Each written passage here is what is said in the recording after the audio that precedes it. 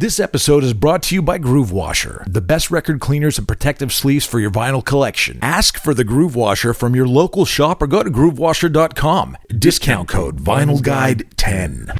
We're also brought to you by AudiofileUSA.com, the family-owned and operated used record shop that only sells excellent and near-mint vinyl records. Over 42,000 titles in stock. Search, dig, and load up your cart with your final vinyl upgrades at AudiofileUSA.com. And now, on with the show.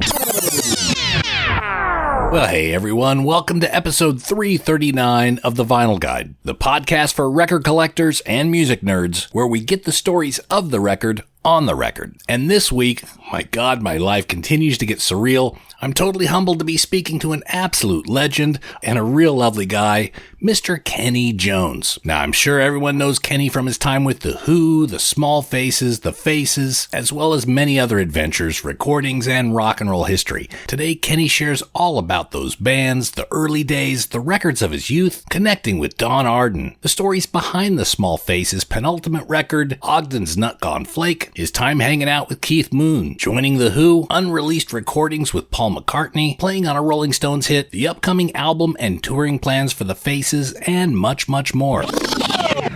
Also, just to note, there's an extended version of this interview available to supporters of the show at patreon.com/vinylguide. Head up there now, support the show, give us a bit of love, buy me a beer, and you'll get all the extras, including commercial-free interviews, secret episodes, extended interviews, early access to episodes, and more. That's patreon.com/vinylguide. Head up there now for an extended interview with Kenney and loads more.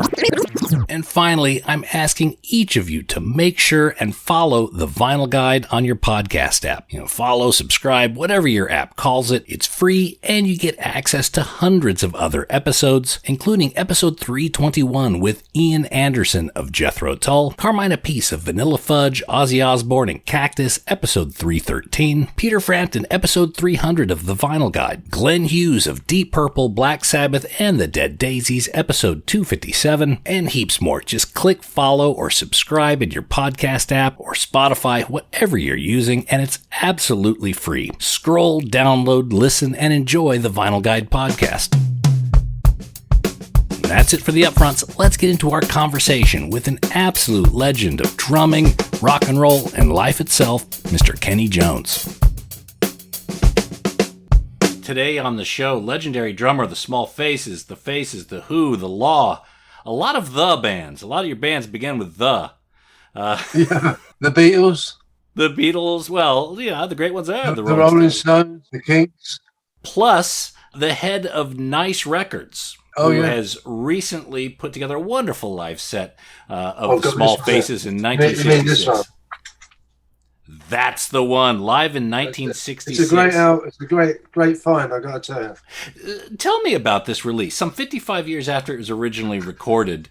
Tell me about how you've been storing these tapes, Kenney? Well, we did a gig in Germany. So not Germany, we were on a European tour, but we did a gig in Belgium. But we didn't know we were being recorded. So we only found out afterwards, only recently. So when I found out, we got the tapes and we put it out. I've been trying to explain to everybody what we used to sound like before we actually made poppy records. Who recorded it? How did you come across these tapes? Well, it was a promoter. It's all on the sleeve. Oh, got it. Okay. People can get it at nicerecords.co.uk. I believe there's even autograph versions of it available. Yeah, that's right. Yeah. Everyone's autograph. Yeah, it's an amazing set, and to discover it some 50-something years later, it must be an incredible surprise. Well, it was a great surprise. Also, things like Oop-Oop-Oop-Oop-Oop-Oop-Doo was one of the songs. Oop-Oop-Doo. I thought, well, I don't fucking remember doing that. It's really entitled Oop-Oop-Doo. But it's great when you listen to it. And you could really hear where Zeppelin got their influence from. That's absolutely right. They'd come see The Small Faces. That's where Led Zeppelin got a bit of their juice. I often wonder, having listened to it, if we just continued along like that, because we were little guys making heavy blues music, and if how things would have turned out if we hadn't gone poppy way. I'm fascinated with your life because I just recently read your book, Again, if people want to read it, it's called Let the Good Times Roll, My Life in Small Faces, Faces in the Who. Quite an incredible life. Now, it was interesting, when you were growing up, your family owned 3 records, is that right? Oh, yeah.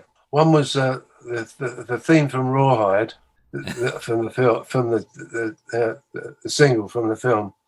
And the other one was Never Felt More Like Singing the Blues.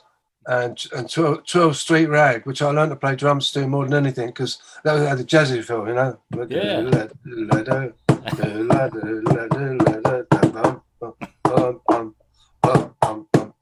And it's a great introduction, that little sort of sequence.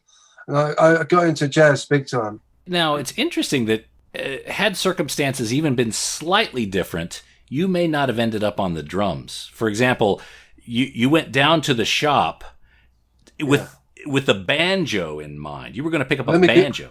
Let me give you the background. The background was, me and my mate used to clean cars on the weekend just for pocket money. And I think we got about £0.50 for cleaning a car. A lot of money in those days. Mm. And so we were going around the car, and he threw the sponge at me in the face. And it's got my attention straight away. I said, "What?" He said, "I think we should form a skiffle group." I said, "Okay." So I carried on around the car, polishing away. And I thought, my curiosity got the better of me. And I said to him, "What's a skiffle group?" And he said, "Well, you get, T-chests, they're quite common in those days. And you stick a broom handle in one corner, a piece of string on the other, on the top of the broom handle, and put it across to the other corner of the T-shirt, and tighten it up, and that makes it bass sound." I said, "Oh yeah, great." And then he said, "Then you get your mum's washboard and your nan's thimbles from the sewing kit, stick them on your fingers, and you go up and down like that." By this time, I thought he was nuts. So I thought he's gone mad. He's making it up. He said, "Look, there's one on TV tonight, so let's go and have a watch it." So that evening, we rushed in to watch the telly, which was like looking at a giant eyeball in those TVs in those days. Yep. And sure enough, it must have been about 5:30, the music program started. I think it was 6-5 special, I think. And it was Lonnie Donegan singing Never Felt More Like, Rock on a Line. Mm. And I fell in love with the banjo instantly.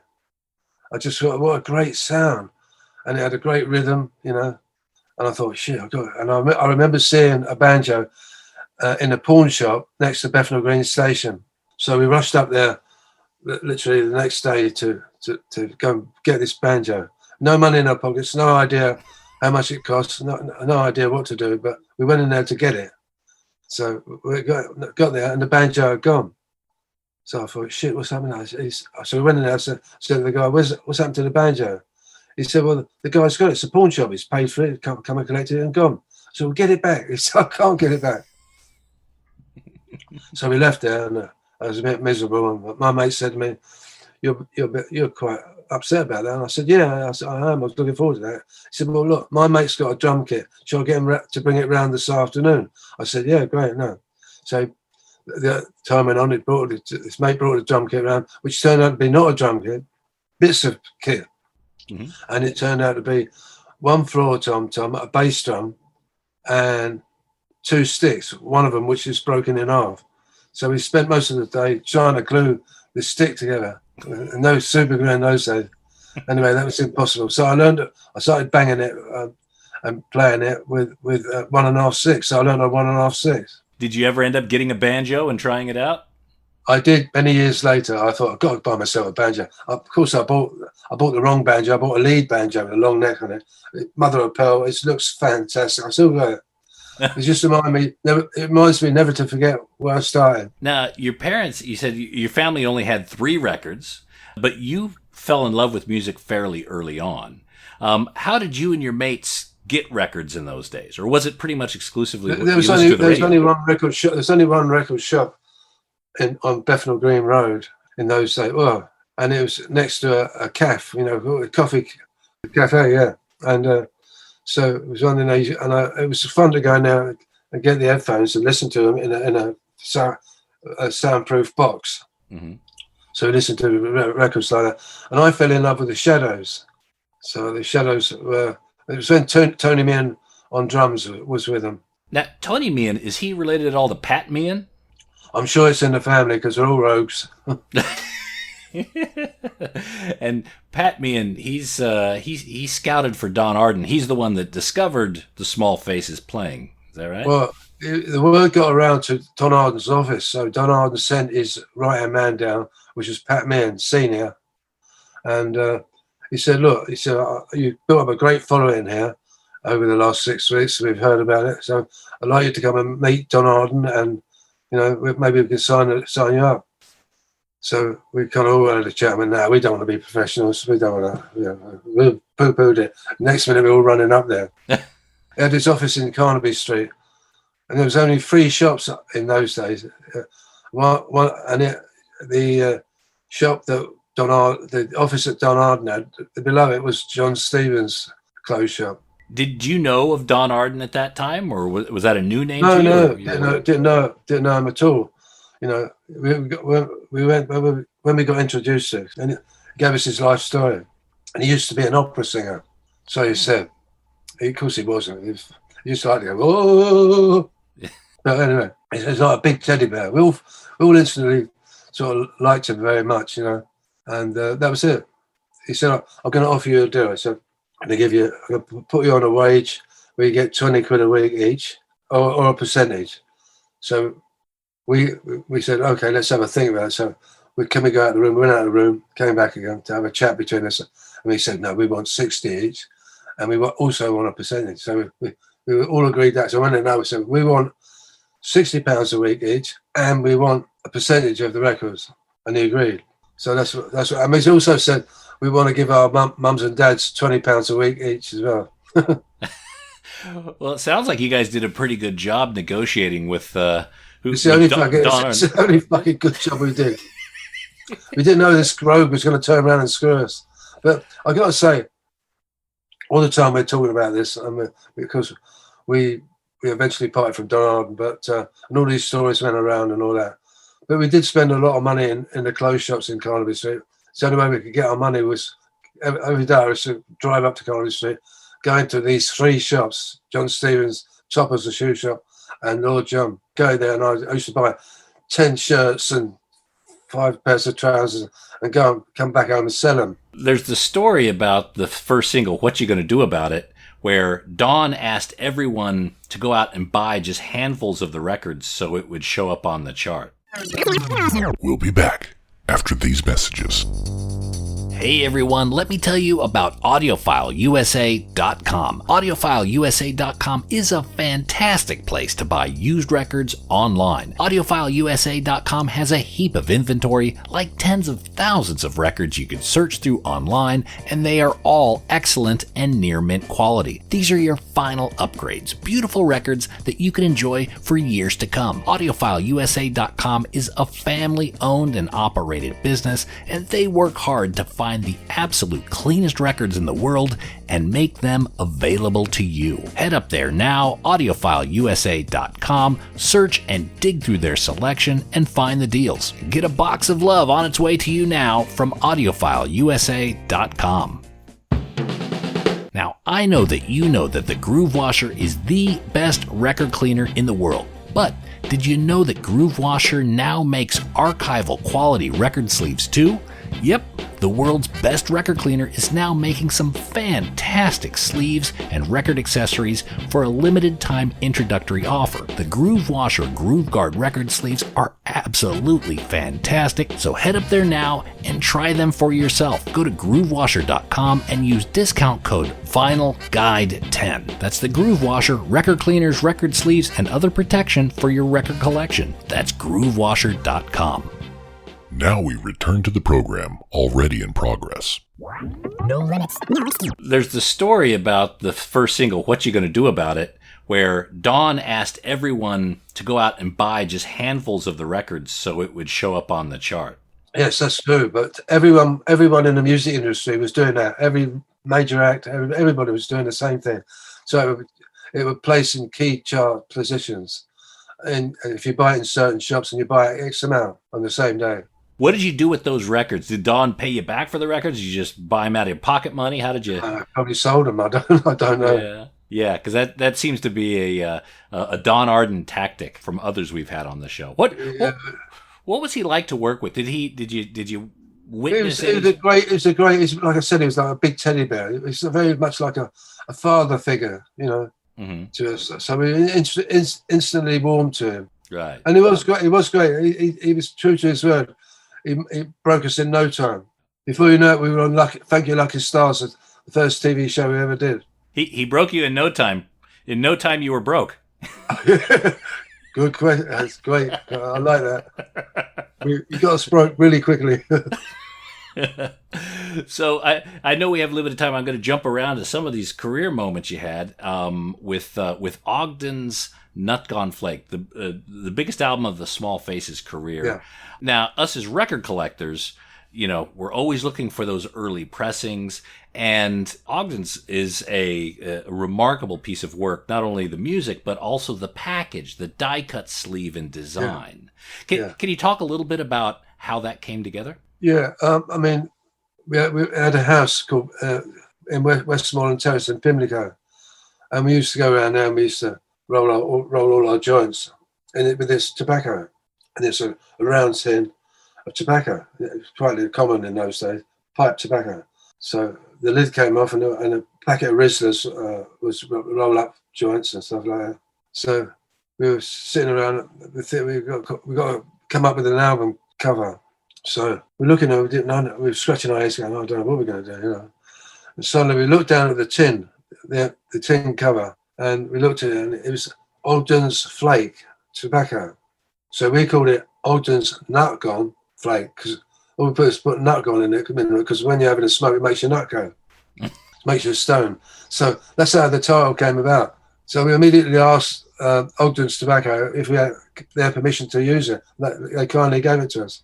It'd be great advertising for them, I would imagine. Yeah, and also Rizla Packers, roll-up cigarette papers. We renamed it Sus. Oh, that's Suspect. Right. Suspect. That's how it came about. And also, the inside cover was a mugshot of all of us, a picture of all of us. Also, one of the inside covers was a friend of Mac was an artist, and he just drew that medieval sort of drawing.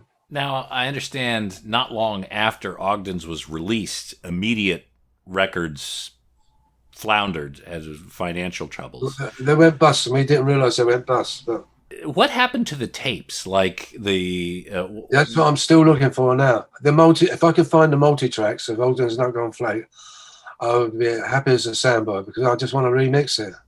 Right. Okay. So those are still missing in action. Yeah. Well, I think they're either in Colombia, where Andrew Oldham lives, or Pat Meehan Jr., who this little boy we used to take the gigs with us, ended up screwing us even more than his dad. So I did hear that he lived in Sittingbourne in Kent, and he had them in his house there. So I don't really know. I just wish someone would be honest enough to give them to us back. But it doesn't matter anyway, because I'm redoing Ogden's Nut Gone Flake both classically with special guests, and also because I'm making an animation film about it. And I'm in no real rush, but I've been gathering all the things, because I've had to kind of, when I wrote the storyline down, and without the gobbledygook of, are you sitting comfortable, too square on your body, then I'll begin. Okay, so that's a project that's in the works right now. I've been doing it for years, and everyone's sort of fed up with me. It's like me crying wolf when it comes out. How about the tapes from the early part of the career with Don Arden? Do those exist somewhere? Some of them do. We've got them there with certain record companies. I know exactly where they are. Okay. But Ogden's is missing. All right, because I know you guys just did the 50th anniversary box set, and I believe there was a lot of outtakes and things. Where were those? Where did those come from? Those were the outtakes came from people like myself, the band, mostly from me, because I was the only one alive, really. And so I had a lot. When I every time we recorded in an Olympic studio, mainly, I would, even before any studio really, but I would always ask for a tape to take with me after every session. So luckily I kept them. Ah, you're the organizer then. Okay. Yeah. Oh, kind of, yeah. I didn't realise what I was doing at the time. I not got a clue, but they did come in handy later.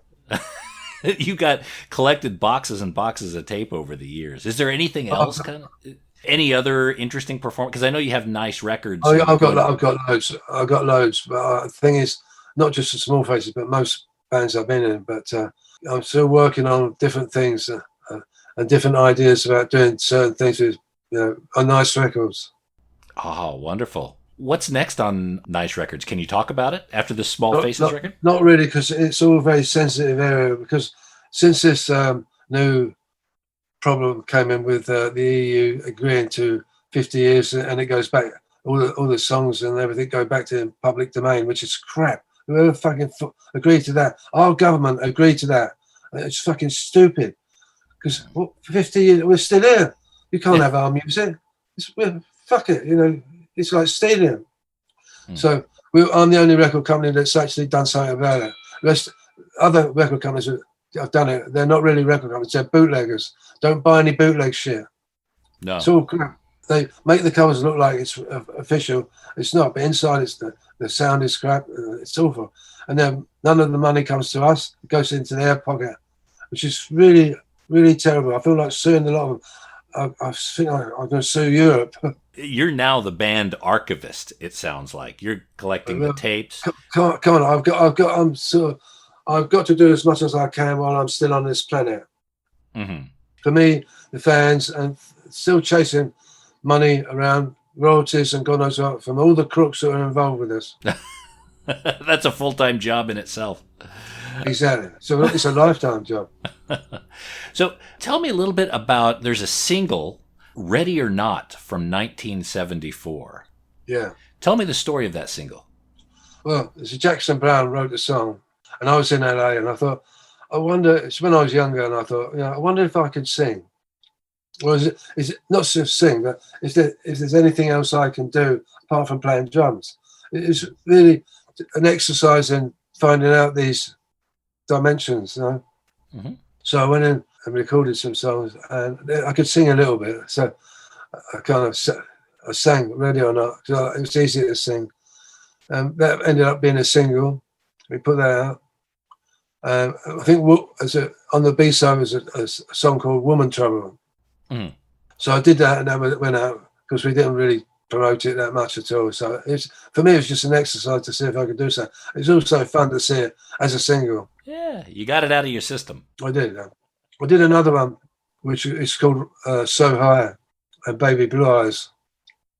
I never released. I did it in LA with, luckily enough, Paul and Linda McCartney were staying in the same hotel, Wings, really.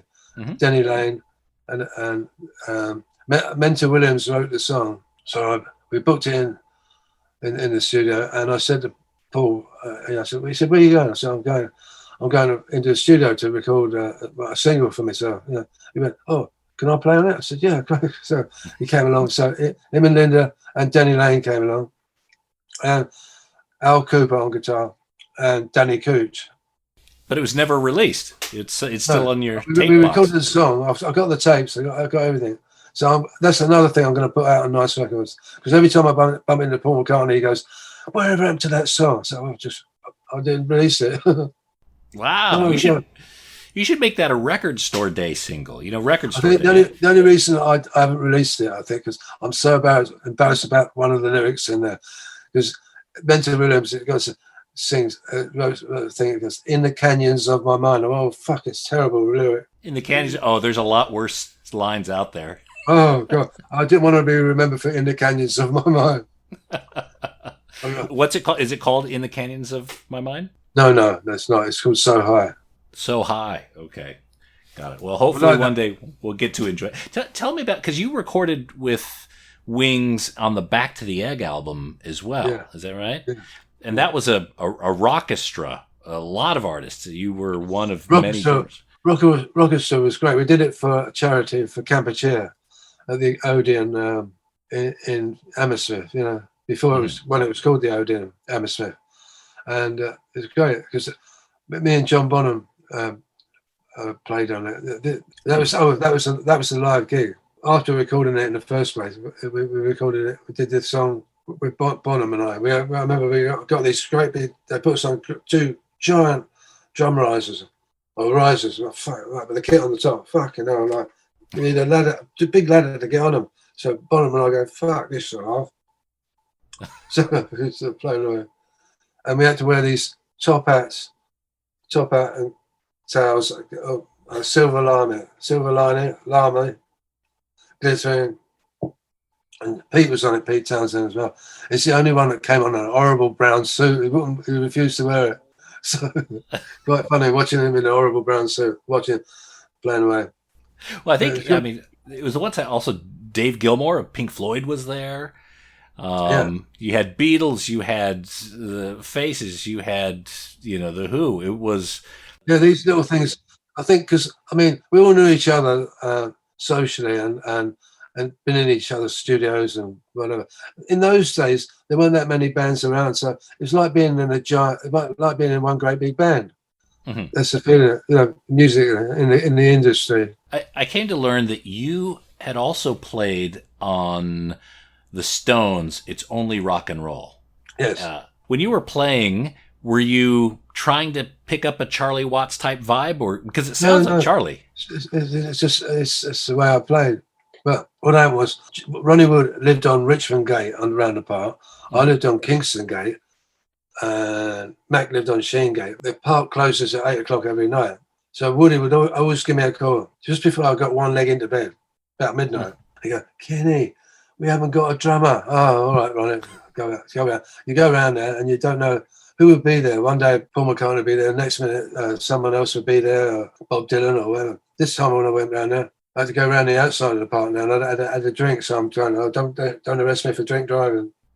So I get there, park the car, go down. I gave Ronnie Wood a drum kit, which is the worst thing I ever did, because he kept calling me to play drum.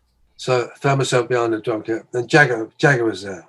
So, and Ronnie had just got all these new gizmos in the studio to play with, so like a lexicon and things and different things that you could play with in the control room. So he left me and Jagger in the main room. So Jagger and I were working just playing away, just as regular beat. We just played around with this riff, and he said, "Oh, play it like that." And I went, "Don't forget, it's about 2 o'clock in the fucking morning now. I'm really tired." I said, "No, I'll play it like this." I said, "Anyway, said it wrong way." He said, "But I like it." So we just played around with this idea that he had in mind as well, and it ended up being "It's Only Rock and Roll," but I like it. But we're just singing away, and Ronnie was in the control room listening to what we were doing, and he went, "Okay, keep playing. We'll put it down. It's an idea." So, and then Ronnie said, he said, "Say that," and I said, "I'll come out, put a bass in it." So he came out of the control room, press the record button, run out, and put the track on and played bass on it. And I'd listen, and that was it. That's the end of the evening. Went home, goodbye, see you later, Mick, see you later, Ronnie. Okay.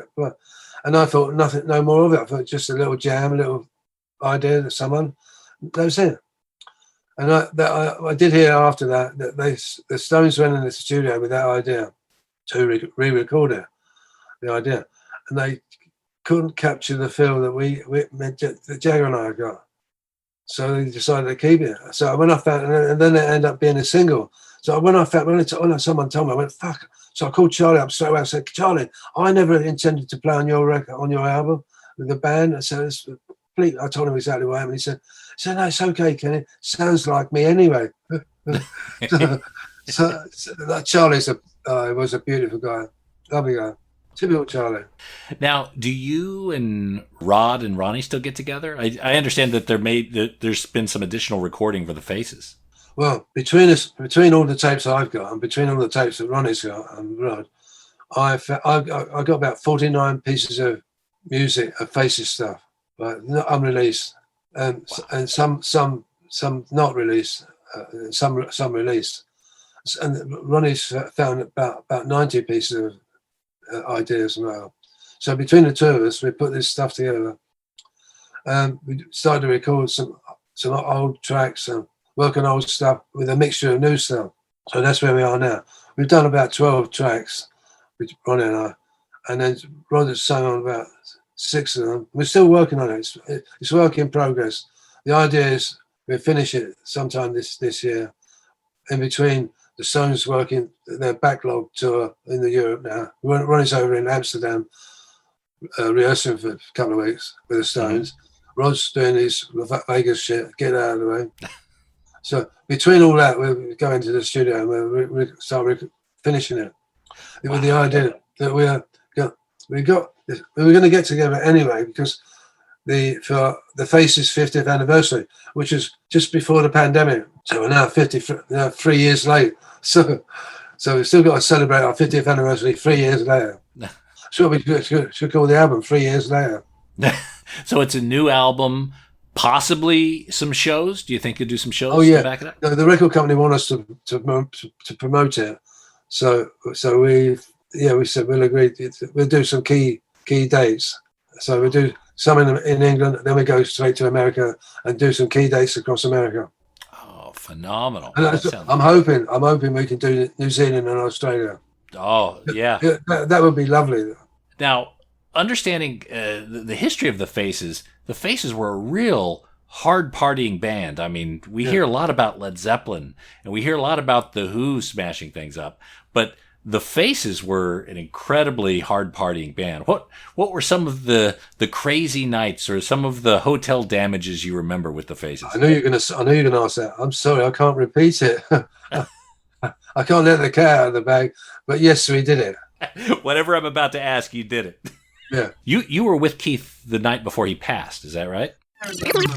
We'll be back after these messages.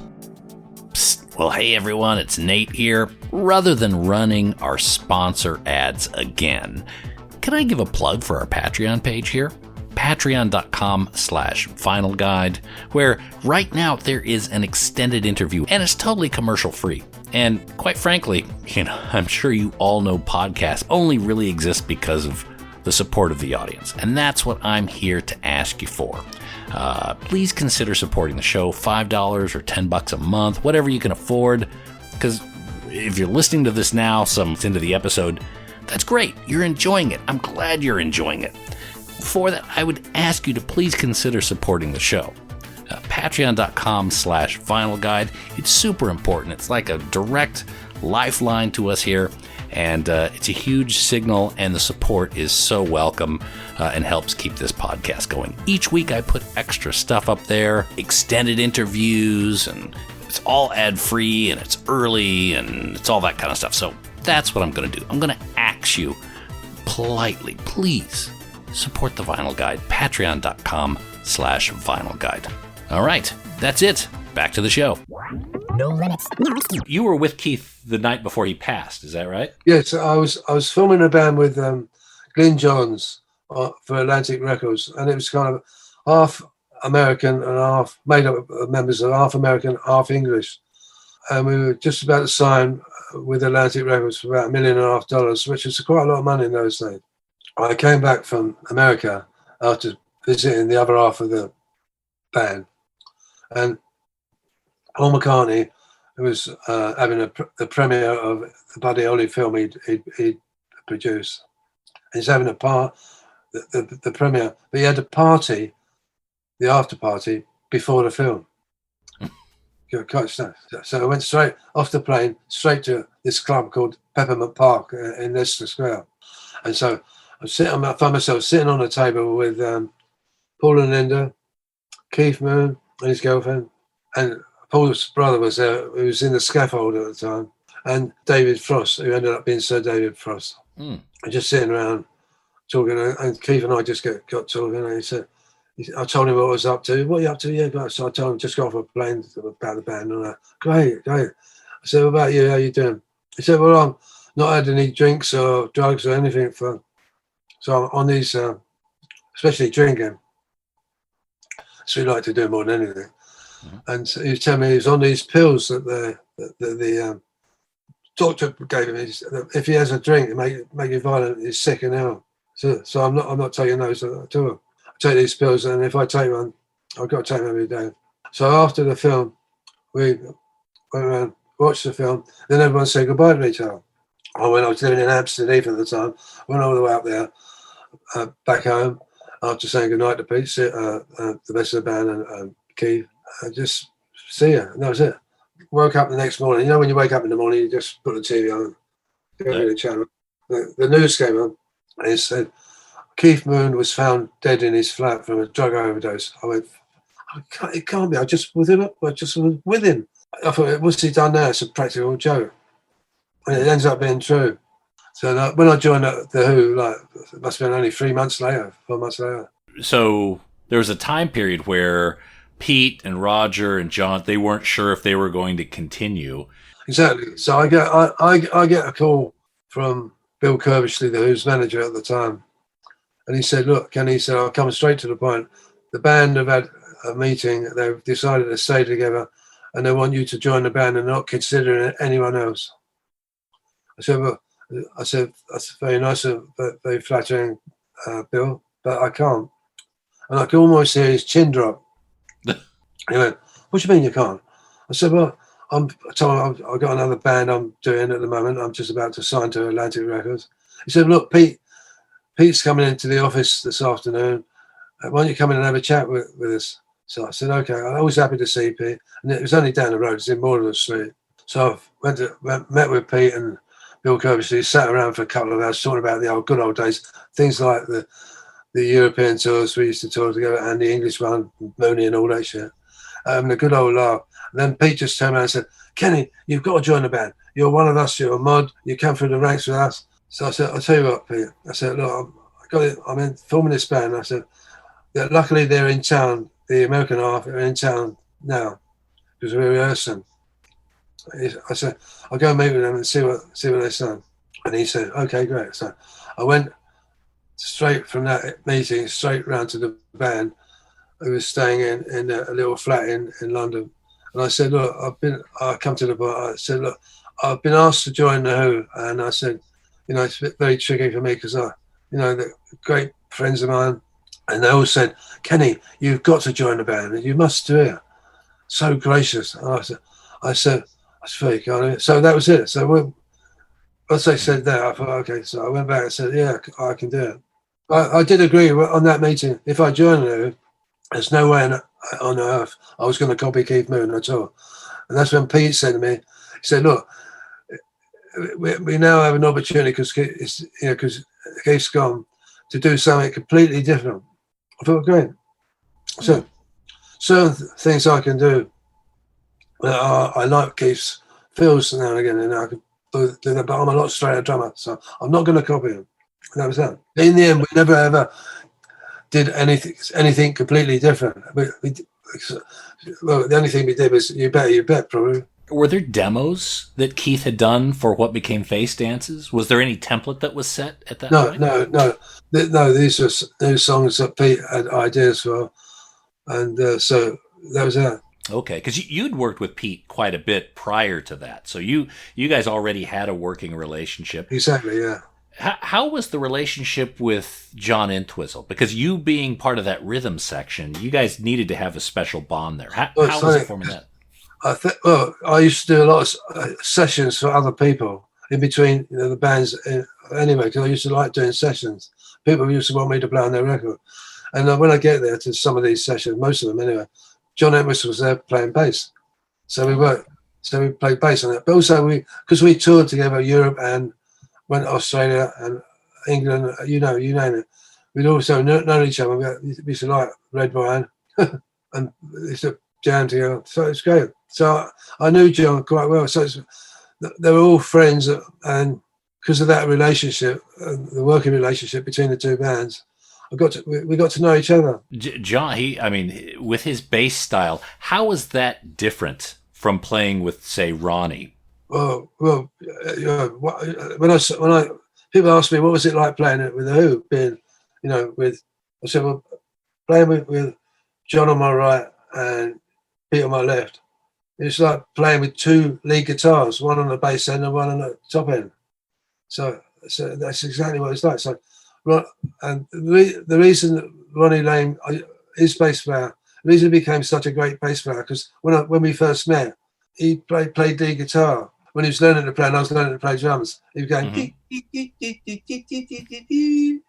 So he came to me and said, I'm fed up with playing lead guitar. I can't do this. I want to play bass. So he played bass. It's all in the book. Mm-hmm. Because of that experience of Ronnie first discovering lead guitar, playing guitar, made him a more melodic bass player.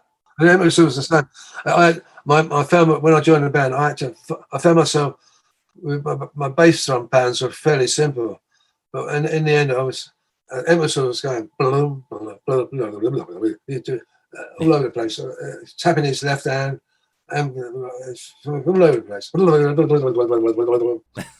So my foot ended up going. I ended up discovering triplets for my bass drum foot, but the bounce. So in the end, I knew some of the breaks John was going to do. So, and so I ended up going. I'll never forget the look on John's face when I did exactly what he was doing on the bass with my foot. Kenny, you've had such an amazing career. There's so many different moments to be able to speak about, and I know we only have limited time. Let me ask you this: as we're a vinyl record podcast, do you have a record collection? Do you still listen to records? Yeah, I still listen to records. I don't. It's for quickness and easy. They're mainly in storage, really, but because basically, it's such a palaver getting a record out, and I'll tell you what, it's great that I've got this because it's nothing like buying an album. It's big enough. You bought something. All your money's gone on that.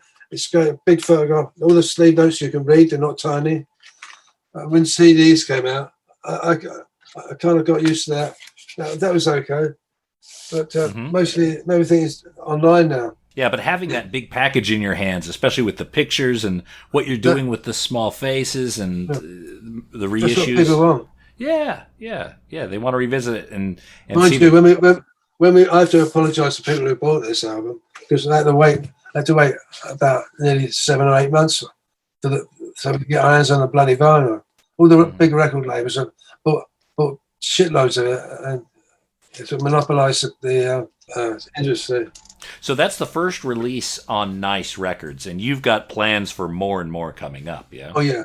No, I love bands who are in this position where they don't know what to do and they've been screwed by things of especially this use it or lose it rule. If they want to get in touch with me, and I will release their record because of that. Well, it sounds like you've got an amazing trove of recordings. Between you and Ronnie, you just seem to have almost an endless supply. What other sort of recordings do you have? Do you have any sessions or any other jams that I've got lots of. I mean, I played on Chuck Berry's. I did a London session with Chuck Berry. I played with Jerry Lee Lewis. Also, a lot of people don't realise I played on Bright Eyes as well. Really? I did not know that. Okay. Yeah, now you do. No, I do. Kenny, again, absolute honor to be able to be speaking with you today. Thank you for joining us. I want to make sure everyone knows about this Small Faces Live 1966 record. It's available at nicerecords.co.uk. It's a 55-year-old recording of what the Small Faces sound like at the beginning of their career. Again, in Kenny's words, before they got all poppy, when you really hear the essence, you could really hear Marriott's voice. You could hear the band gelling together. You could find it at nicerecords.co.uk. Beautiful vinyl pressing of that. There's also a 50th anniversary box set of Ogden's Nut Gone Flake. I believe it's a 3-album set, a huge booklet that tells the whole story of it.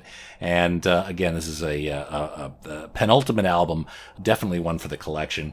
And I'm very keen to keep an eye on what else is coming out of KennyJones.com.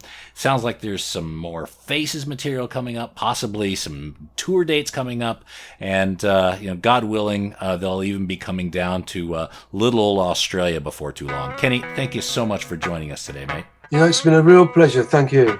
Thank you.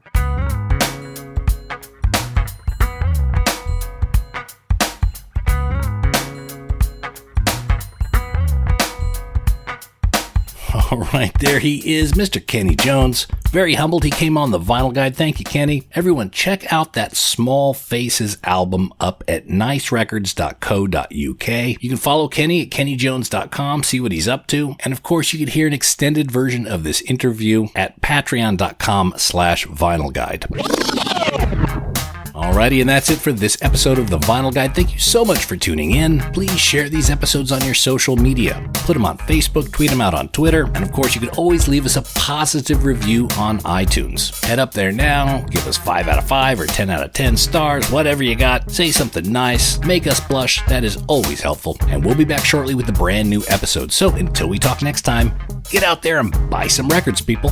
Cheers. That's it for this episode of The Vinyl Guide. Send your thoughts to Nate at thevinylguide.com or follow or tag us on Instagram at Vinyl Guide. Until next time, keep spinning.